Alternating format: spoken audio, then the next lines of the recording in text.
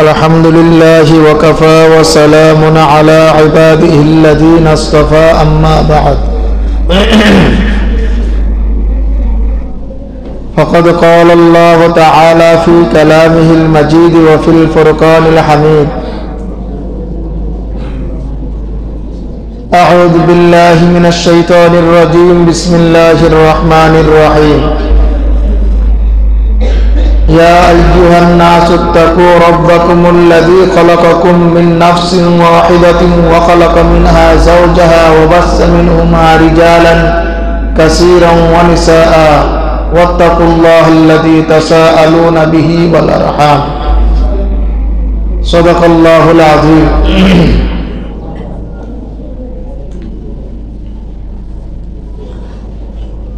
मोहतरम बुजुर्गो दोस्तों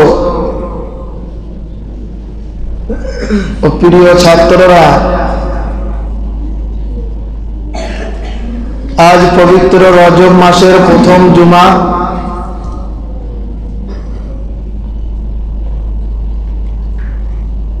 এই রজব মাসের সম্পর্কে আল্লাহর রাসূল সাল্লাল্লাহু আলাইহি ওয়াসাল্লাম বলেছেন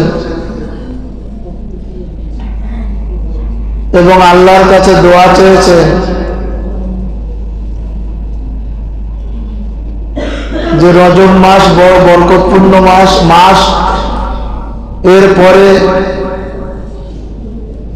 একটা মাস আসছে রমজান মাস, অর্থাৎ শাবান মাসের পরেই রমজান মাস আসছে। এই জন্য আল্লাহর রাসূল বেশি বেশি করে এই পবিত্র রজব মাসে আল্লাহর কাছে দোয়া চাইতেন।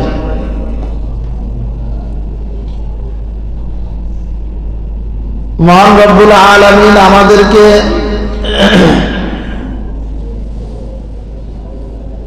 সম্বোধন করে পবিত্র কালামুল্লাহ শরীফে একটা কথা বলেছেন, ইয়া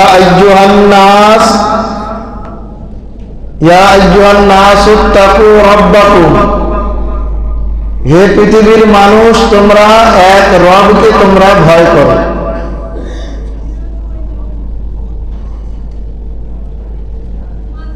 আমরা দুনিয়ার বুকে এসেছি, আমরা জানি যে আমাদের আদি পিতা হযরতে আদম আলাইহিস সালাতু ওয়াস সালামকে আল্লাহ পাক এই পৃথিবীর বিভিন্ন জায়গার মাটি থেকে অল্প অল্প মাটি নিয়ে আল্লাহ পাক আমাদের আদি পিতা হযরতে আদম আলাইহিস সালাতু ওয়াস সালামকে সৃষ্টি করেছিলেন। তার পূর্বে আল্লাহ তাবারক ওয়া তাআলা এই দুনিয়াকে তৈরি করার পরে সর্বপ্রথম আল্লাহর গুণগানকে গাওয়ার জন্য, গুণগান আল্লাহর কৃতজ্ঞতা প্রকাশ করার জন্য আল্লাহ পাক নূর থেকে একটা মখলুককে সৃষ্টি করলেন, যাদেরকে আমরা ফেরেশতা বলি।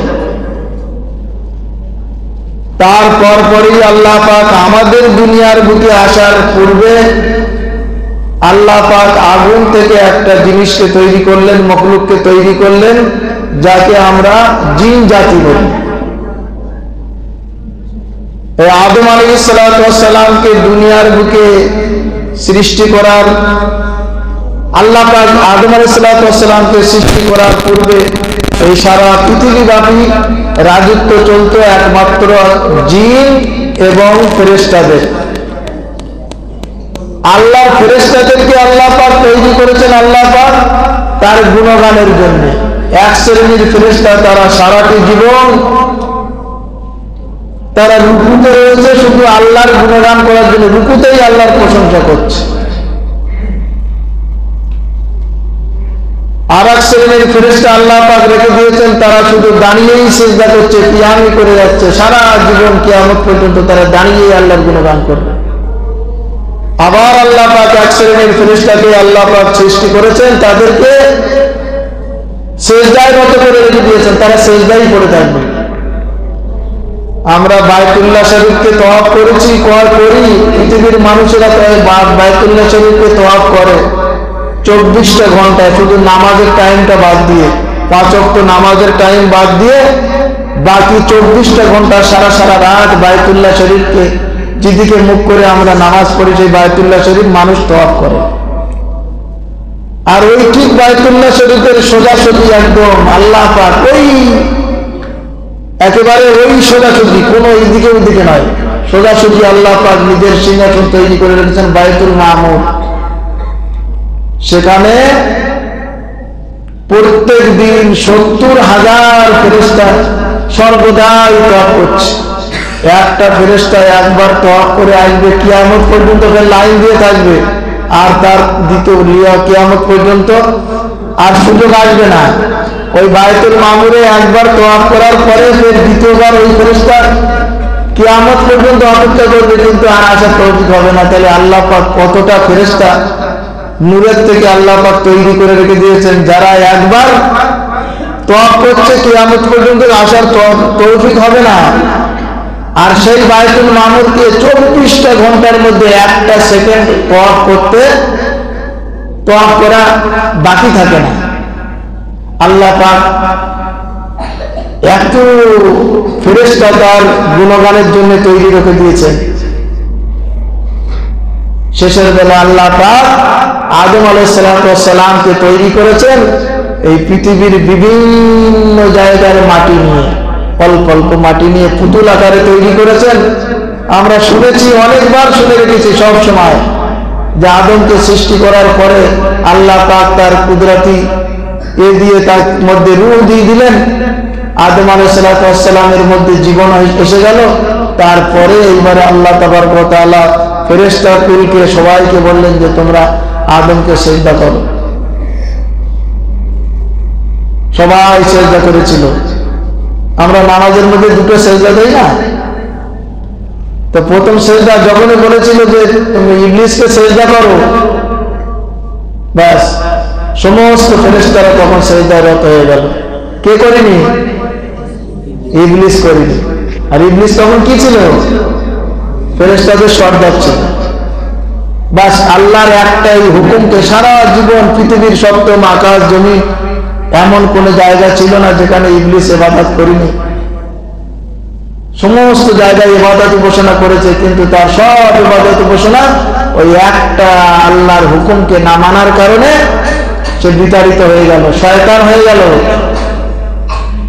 জান্নাতে প্রবেশ করতে পারে বিতাড়িত, একটা হুকুমকে লঙ্ঘন করার কারণে। বাস আল্লাহ পাক আমাদেরকে আদমকে সৃষ্টি করলেন বিভিন্ন জায়গার মাটি থেকে। পৃথিবীর মানুষ আল্লাহ পাক বড় আজীব রেখে দিয়েছেন। পৃথিবীর মানুষ কেউ শক্ত মেজাজের, কেউ নরম মেজাজের, কেউ ফিটফাট মেজাজের, কেউ নোংরা মেজাজের।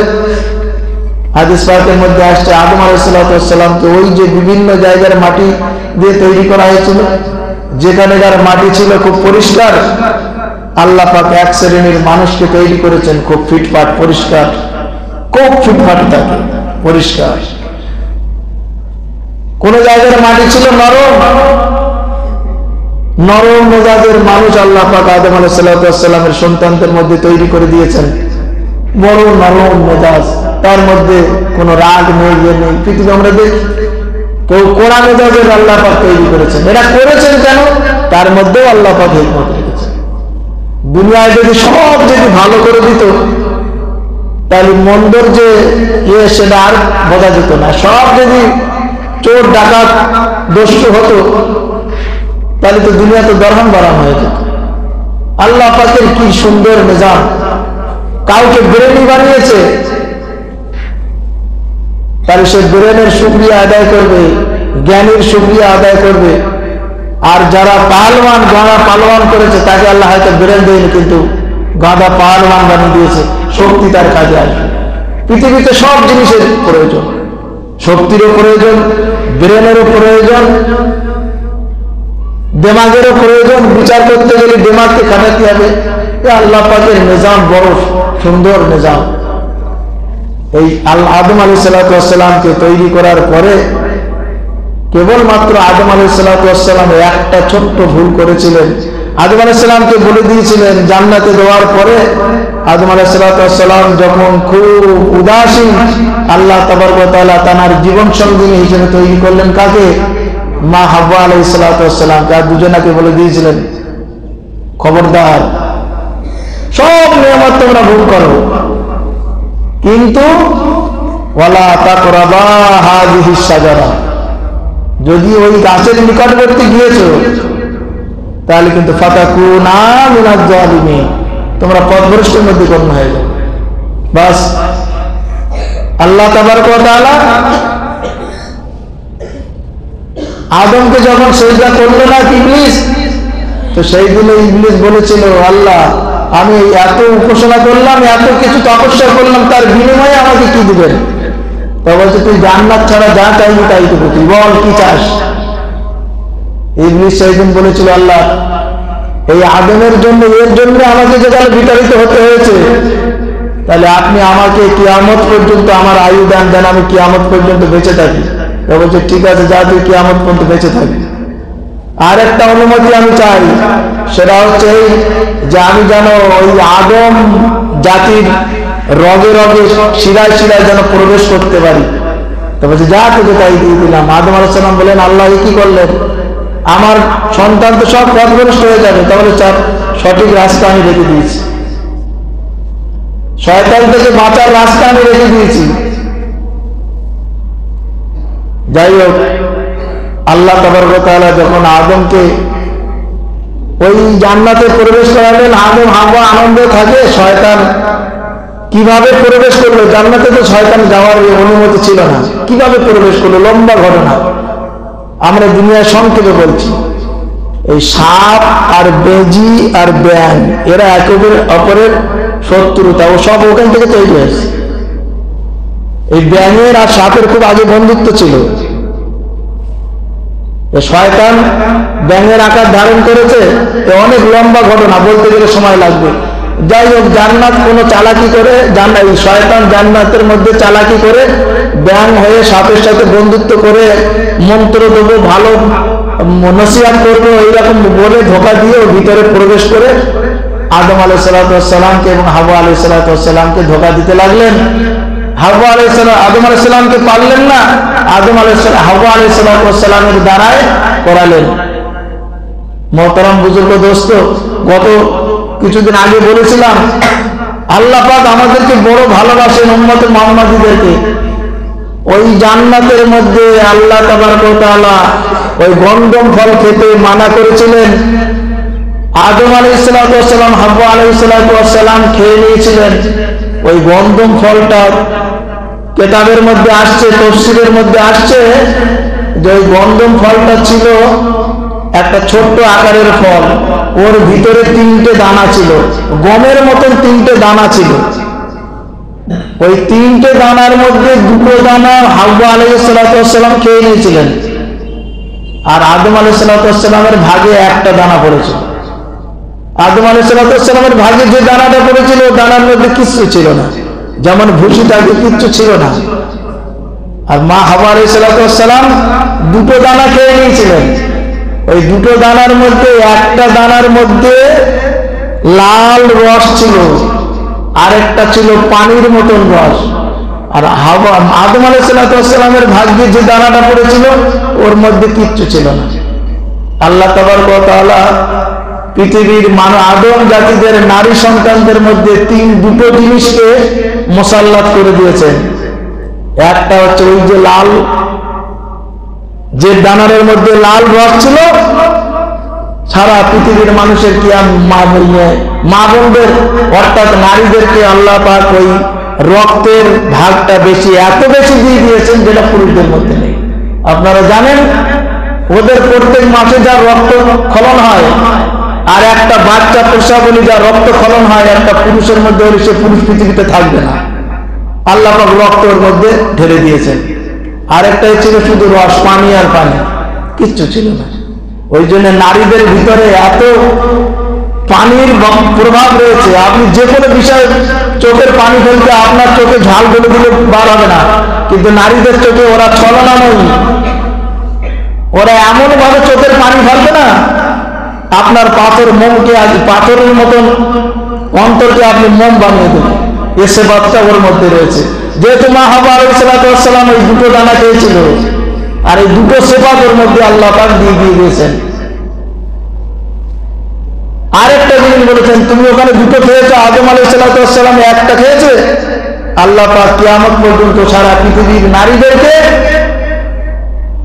দুনিয়ায় এসে ওখানে দুটো দানা খেয়ে নিয়েছো, দুনিয়ায় এসে তুমি এক ভাগ পাবে, মিরাস সম্পত্তিতে তুমি এক ভাগ পাবে।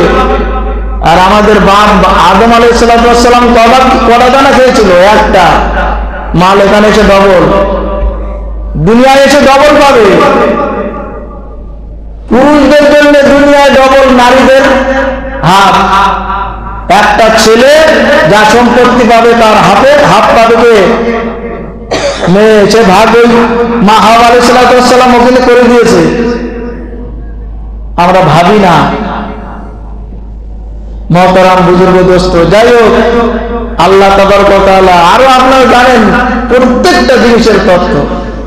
মহিলাদের যখন ওই খেয়ে নিয়েছে, গন্ধম ফল যখন খেয়ে নিয়েছে, আল্লাহ পাক জান্নাতি যা পোশাক ছিল সমস্ত পোশাক দুজনার শরীর থেকে ঝরে পড়ে গেছে।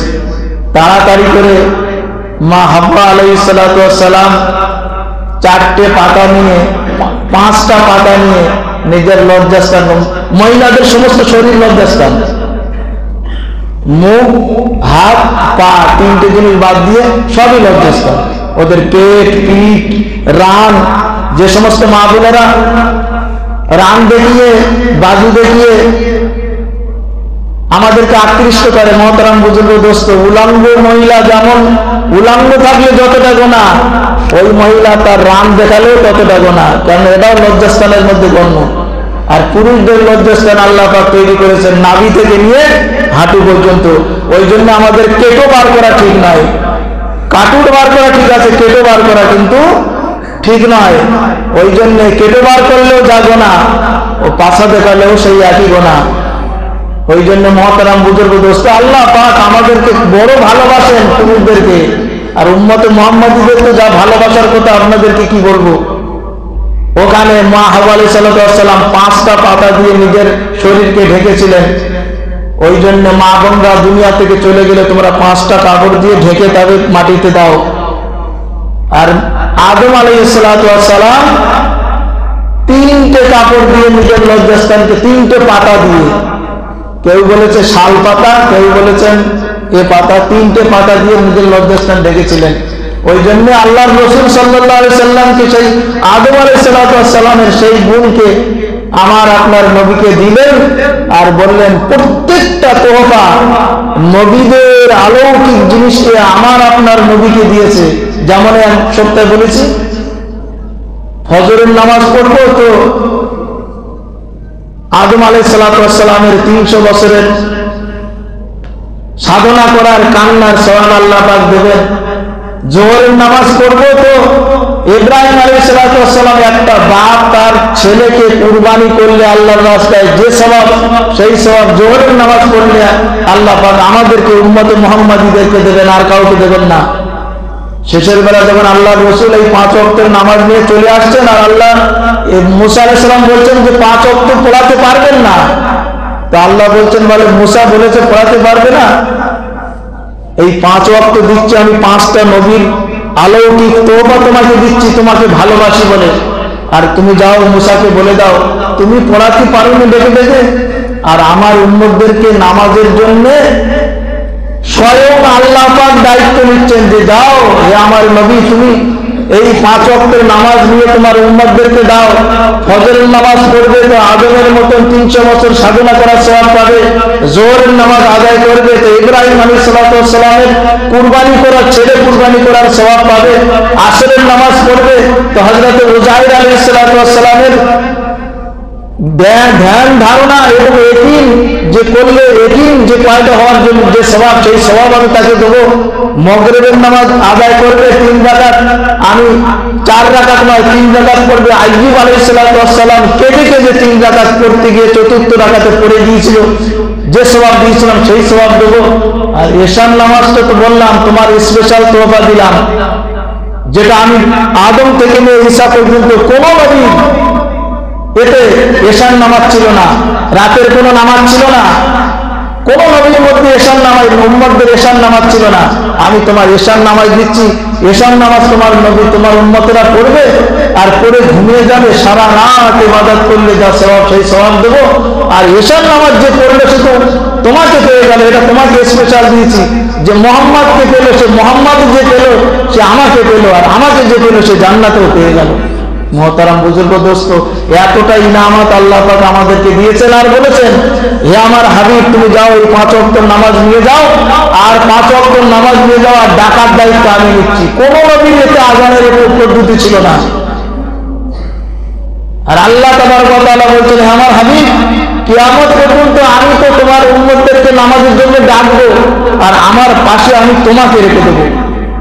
এত ভালোবাসি তোমাকে, তোমাকে রেখে দেবো। কোন নবী পৃথিবী থেকে আদম আলাইহিস সালাম এসেছেন, আদম লা ইলাহা ইল্লাল্লাহ, আদম সফিউল্লাহ, লা ইলাহা ইল্লাল্লাহ, ইব্রাহিম খলিলুল্লাহ। কোন নবী এ করেনি। আর আল্লাহ তাবারক ওয়া তাআলা নিজের নামের সাথে লা ইলাহা ইল্লাল্লাহ মুহাম্মাদুর রাসূলুল্লাহ, নিজের নামটা একদম আল্লাহর নামের সাথে পাশে রেখে দিয়েছেন। আশহাদু আল্লা ইলাহা ইল্লাল্লাহ ওয়া আশহাদু আন্না মুহাম্মাদান আবদুহু ওয়া রাসূলুহু, আশহাদু আন্না মুহাম্মাদুর রাসূলুল্লাহ। আল্লাহকে ডাক দিয়ে হাবিবকে সাথে নিয়ে যাচ্ছে আর বলছে তোমার উম্মতদেরকে 5 ওয়াক্ত ডাকার দায়িত্ব আমি নিচ্ছি। ভোরের বেলা ঘুমাবে তখনও আমি তাকে সুন্দর আওয়াজে ডাকবো, আসসালাতু খায়রুম মিনান নাওম। আল্লাহ পাক আমাদেরকে এত উম্মতে মুহাম্মাদীদেরকে এত ভালোবাসেন। আর এই উম্মতে মুহাম্মাদীদেরকে জাররা পরিমাণ, জাররা বলা হচ্ছে একটা কুচ দানা, যেটা আমরা স্বর্ণকারের কাছে জানি, ওই ছোট্ট শস্যকে 70 ভাগ করলে যে ভাগটা হয় সেই রকম একটা ভাগ, তার এইরকম জাররা পরিমাণ ঈমান যার মধ্যে থাকবে তাকে আমি জান্নাতে প্রবেশ করাবই। আর যতদিন পর্যন্ত না উম্মতে মুহাম্মাদীরা জান্নাতে যাবে আল্লাহর রাসূল, ততদিন পর্যন্ত এইরকম চেয়ার, নূরের চেয়ার দেওয়া হবে আল্লাহর রাসূলকে। আমরা তো দুনিয়ার চেয়ার পাওয়ার জন্য লালায়িত, কিন্তু কিয়ামতের দিন আল্লাহর রাসূলকে নূরের চেয়ার দেওয়া হবে, চেয়ারে বসবেন না। আল্লাহ বলবেন, ফেরেশতারা বলবেন, হে আমার হাবিব, হে রাসূল আপনি চেয়ার দেওয়া হয়েছে, আপনি চেয়ারে বসেন। তা বলে না, আমি যদি চেয়ারে বসি তাহলে হাউজে কাউসারে আমার উম্মতের পানি কে পান করাবে? পুলসিরাতের যখন পার হবে, সে যখন পার হতে পারবে না, তখন আমি কি করে আমার উম্মতদেরকে দেখবো? আমরা সারা বছর প্রত্যেক দিন, বৃহস্পতিবারের দিন, আল্লাহ তাবারক শুক্রবারের দিন আল্লাহর রাসূল রওজায়ে আতাহারে উনি বসা অবস্থায় আছেন, হায়াতুল নবী, উনি জীবিত রয়েছেন। আর সারা পৃথিবীর সমস্ত উম্মতেরা দরুদ শরীফ পড়ে, আর সেই দরুদ শরীফ গুলো তাকে তোহফা হিসেবে আল্লাহর রাসূলের কাছে পাঠানো হয়। মুহতারাম বুজুর্গ দোস্ত, এই দরুদ শরীফ গুলো আল্লাহর রাসূল সাল্লাল্লাহু আলাইহি ওয়াসাল্লাম রওজায়ে আতাহারে বসে বসে তোহফা, উম্মতের তোহফা গুলো নিচ্ছেন। আর কিয়ামতের দিন সেই ময়দানে মাহশারে এই দরুদ শরীফ গুলো উম্মতের জন্য, গুনাহগার উম্মতের জন্য গাট্টি করে, বোঝা করে রেখে দিচ্ছেন, বক্সা করে রেখে দিচ্ছেন, বক্সা করে রেখে দিচ্ছেন। আর সেই কিয়ামতের দিন যখন পুলসিরাত পার হতে গিয়ে বিদ্যুতের ন্যায়, এই যে পুলসিরাত খুরের থেকে ধার বেশি আর চুলের থেকে সরু, সেই পুলসিরাত যখন পার হতে গিয়ে, যখন এই গুনাহগার উম্মতেরা যখন পার হতে গিয়ে আটকে যাবে, তখন এই আল্লাহর রাসূল সাল্লাল্লাহু আলাইহি ওয়াসাল্লাম হাউজে কাউসার থেকে ছুটে এসে সে যখন পার হতে গিয়ে যখন এই পুলসিরাতে যখন ঝুলে যাবে, তখন আল্লাহর রাসূল এই দরুদ শরীফের তোহফাটা নিয়ে তার মাথায় দেবেন, সঙ্গে সঙ্গে সে বাহসানির সাথে পুলসিরাত পার হয়ে যাবে। তাফসীরের মধ্যে আসছে।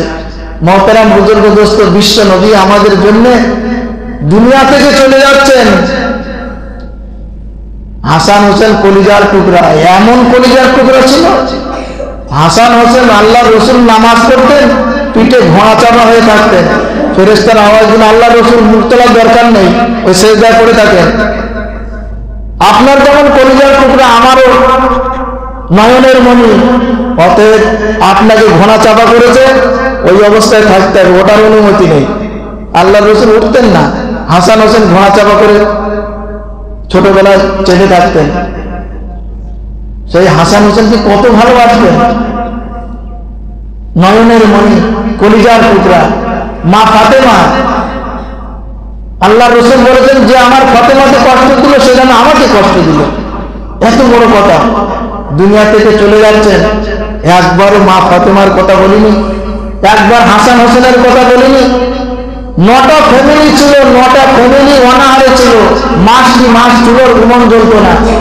একবারও বলিনি যে আমার দুনিয়া থেকে চলে যাচ্ছি, আমার এই 9টা ফ্যামিলি কি হবে, তাদের কিছুই নেই, কোনো খোরাক নেই, কি হবে, এ কথা একবারও বলিনি। চলে যাচ্ছে, নিঃশ্বাস চলে হয়ে যাবে। আল্লাহ জিবরাইল চলে এসছেন, কোন নবী কাউকে জান কবজ করার জন্য আজরাইল অনুমতি নেয় না। আল্লাহ পাক বলেছেন খবরদার, আমার হাবিব দুনিয়া থেকে আসবে যখন শুধু গিয়ে অনুমতি নেবে, যদি আসতে চায় বলবে যে আপনার বন্ধু আল্লাহ আপনাকে ডেকেছেন, যদি আপনি যেতে চান তাহলে আপনাকে নিয়ে আসবো, তা নাহলে আপনি যদি দুনিয়ায় থাকতে চান তাহলে থাকতে। আল্লাহ রসুল যদি চাইতেন 63 বছর কেন আরো 100 বছর, উনি যদি মনে করতেন যে আমি দুনিয়ায় থাকবো, আল্লাহ তাই কবুল করে নিতেন। কিন্তু আল্লাহ পাক বললেন, আল্লাহ রসুল বললেন যে জিবরাইল, ভাই জিবরাইল, আপনি আজরাইল, আপনি আমার জান কবজ করতে এসেছেন, আমার কোনো দুঃখ নেই, আমি আল্লাহর সাথে মিলিত হতে চাই, কিন্তু আমি শুধু একবার চাই, আমি দুনিয়া থেকে চলে গেলে আমার উম্মতের কি হবে, আমার এতিম উম্মতের অবস্থা কি হবে, একবার আল্লাহর কাছ থেকে ফরিয়াদ করে জেনে আসেন। আজরাইল চলে গেলেন, ছুটে আবার জিজ্ঞাসা করে আসলেন, এসে বললেন যে আপনার রসুল আল্লাহর তাবারক ওয়া তাআলা বলেছেন আপনি চলে আসলে আপনার রসুলদের, আপনার উম্মতদেরকে আল্লাহ পাক স্বয়ং দায়িত্ব নিয়ে নেবেন। সেই আল্লাহর রসুল আমাদের জন্য দাঁতকে শহীদ করেছেন, নিজের শরীরকে পায়েতে রক্তাক্ত করেছেন, বিন্দু মাত্র কোনো কারোর জন্য বদদোয়া করেননি, রহমাতুল লিল আলামিন। আর আমরা যদি দুনিয়ায় সেই উম্মত, সেই নবীর প্রত্যেকটা সুন্নতকে, প্রত্যেকটা তরিকাকে, প্রত্যেকটা কাজকে যদি আমরা জলঞ্জলিতে দেই, তাহলে আমরা কিয়ামতের দিন কিভাবে আমরা আল্লাহর কাছে, সেই আল্লাহর রসুলের কাছে মুখ দেখাবো? আমরা কি একবার ভেবেছি আমরা কিয়ামতের দিন আল্লাহর দরবারে যখন হাজির হব তখন আমাদের এই দাড়িটা থাকবে না? আমরা সেই দিনকে কিভাবে বলতে পারবো যে আল্লাহর রসুল এই দাড়ি কেটে দিলে বলছে আমার গলায় চুরি চালিয়ে দিল? যে আল্লাহর রসুল রহমাতুল লিল আলামিন উম্মতদের বিন্দু মাত্র কষ্ট সহ্য করতে পারতেন না, তিনি বলছেন যে আমার মন চায় কিছু যুবকদেরকে একত্রিত করে বলি, জ্বালানিগুলোকে, শুকনো জ্বালানি কাঠকে একত্রিত করে ওই সমস্ত ঘর বাড়িগুলোকে জ্বালিয়ে দিক, যারা হাইয়া আলাস সালাহ আওয়াজ শুনলো আর ভোরের বেলা আসসালাতু খায়রুম মিনান নাওমের আওয়াজ শুনলো আর তারা ঘুমিয়ে থাকলো আর মসজিদে তারা আসলো না, এই না আসার কারণে আমার মনটা চায় ওই যুবকদেরকে বলে দেয় তারা যেন গিয়ে তাদের ঘর বাড়িগুলোকে জ্বালিয়ে দিক। মহতারাম বুজুর্গ দোস্ত, এত বড় কঠিন কথা বলেছেন যে যারা আজানের আওয়াজ শুনলো আর তারা মসজিদে আসলো না, নামাজ পড়লো না, আমার মনটা চাই যুবক ছেলেদেরকে বলে তাদেরকে জ্বালানি দিয়ে তাদের ঘর বাড়িতে জ্বালিয়ে দেওয়া হোক। যেহেতু সেখানে নারী এবং বাচ্চা রয়েছে ওই জন্য আল্লাহ রসুল মানা করে দিন, এত কঠোর কথা বলেছেন। আর এই নামাজকে আল্লাহ পাক, আল্লাহর রসুল একটা তোহফা হিসেবে আমাদের কাছে নিয়ে এসছেন। আর আমাদেরকে আল্লাহ রসুল সাল্লাল্লাহু আলাইহি ওয়াসাল্লাম দুনিয়াতে থাকাকালীন উন্নতি করেছে, আর শেষ মুহূর্তে দুনিয়া থেকে চলে গেছে তখনও উন্নতি করেছে। আর কিয়ামতের দিন একবার হাউজে কাউসার, একবার পুলসিরাত, একবার মিজান দাঁড়িপাল্লার কাছে যাবেন আর শুধু উম্মত, ভাই উম্মতে কি, আমার উম্মতের কি হবে, আমার উম্মতের কি হবে? নিজের ফিকির করেননি, হাসান হোসেনের ফিকির করেননি, 9টা পরিবারের ফিকির চিন্তা করেনি, নিজের কলিজার টুকরা মা ফাতেমার কথা চিন্তা করেনি। মহতারাম বুজুর্গ, আমরা এইরকম নবী পেয়েছি, আর সেই নবী আমাদের জন্য রওজায়ে আতহারে চাকর কাকির নাই তাকিয়ে আছে। আর কোন উম্মতে মুহাম্মাদি আমরা যখন কোন সেই নবীর সুন্নতকে, তরিকাকে যখন আমরা জলঞ্জলিতে দিয়ে তাকে যখন মানি না, তখন আমরা করি, তখন ওই নবীর অন্তরে আঘাত লাগে আর আমাদের দিকে তাকিয়ে আছে এই তওবা পাওয়ার জন্য। মহতারাম বুজুর্গ দোস্ত, ওই জন্য বলি আমরা দুনিয়ায় যা কিছু করি না কেন, আল্লাহ পাক কলেমা আমাদেরকে দিয়েছেন, না চাইতে কলেমাওয়ালাদের ঘরে জন্মগ্রহণ করেছি। আর তারপরে নামাজ আর রোজা বছরে একবার, আর হজ যাকাত, এই দুটো আমাদের সবার জন্য নয়, বিশিষ্ট লোকেদের জন্য। তো এই জন্য বিশেষ করে নামাজকে আমরা গুরুত্ব দেই। নামাজ যদি পাবন্দির সাথে আমরা পড়ি, আল্লাহ রসুল বলছেন যে ফজরের নামাজ যে ছেড়ে দিল তার ঘর থেকে বরকত উঠে গেল। যে জোহরের নামাজ ছেড়ে দিল তার চেহারার সৌন্দর্য নুরানি তার চলে গেল। আসরের নামাজ যে ছেড়ে গেল তার অন্তরের মধ্যে শান্তি গেলানি থাকলো না, চিন্তিত হয়ে থাকলো। মাগরিবের নামাজ যে ছেড়ে দিল তার জন্য আরো এইরকম ভাবে প্রত্যেকটা নামাজের বলা হয়েছে এবং ফজিলাতের কথা বলা হয়েছে। কিয়ামতের দিনে মরণের পরেও আল্লাহ পাক আমাদেরকে এই ঈমানের পরে নামাজের আগে হিসাব নেবেন যে আমি তোমাকে যৌবন সুগম যৌবন দিয়েছিলাম, আর নামাজি মুয়াজ্জিন সাহেব হাইয়া আলাস সালাহ বলে ডাক দিত, হাইয়া আলাল ফালাহ বলে ডাক দিত, ফজরের সময় তোমাদেরকে আসসালাতু খায়রুম মিনান নাওম বলে ডাক দিত, কিন্তু তোমরা সে সময় ঘুমিয়ে থাকতে আর নামাজের দিকে ধাবিত হতো না, আর তোমরা শান্তি শান্তি চাইতে, শান্তি তোমরা জীবনে পাবে না যদি নামাজ যদি তোমরা অলসতা করে দাও। মহতারাম বুজুর্গ দোস্ত, আল্লাহ পাক আমাদেরকে শোনার থেকে বেশি বেশি আমল করার তৌফিক দিক এবং সর্বদাই সুন্নতের উপরে এবং আল্লাহ রাসূলের তরিকা অনুযায়ী যেন আমরা মেনে চলতে পারি সেই তৌফিক আমাদেরকে দান করুক। ওমা আলাইনা ইল্লাল বালাগ।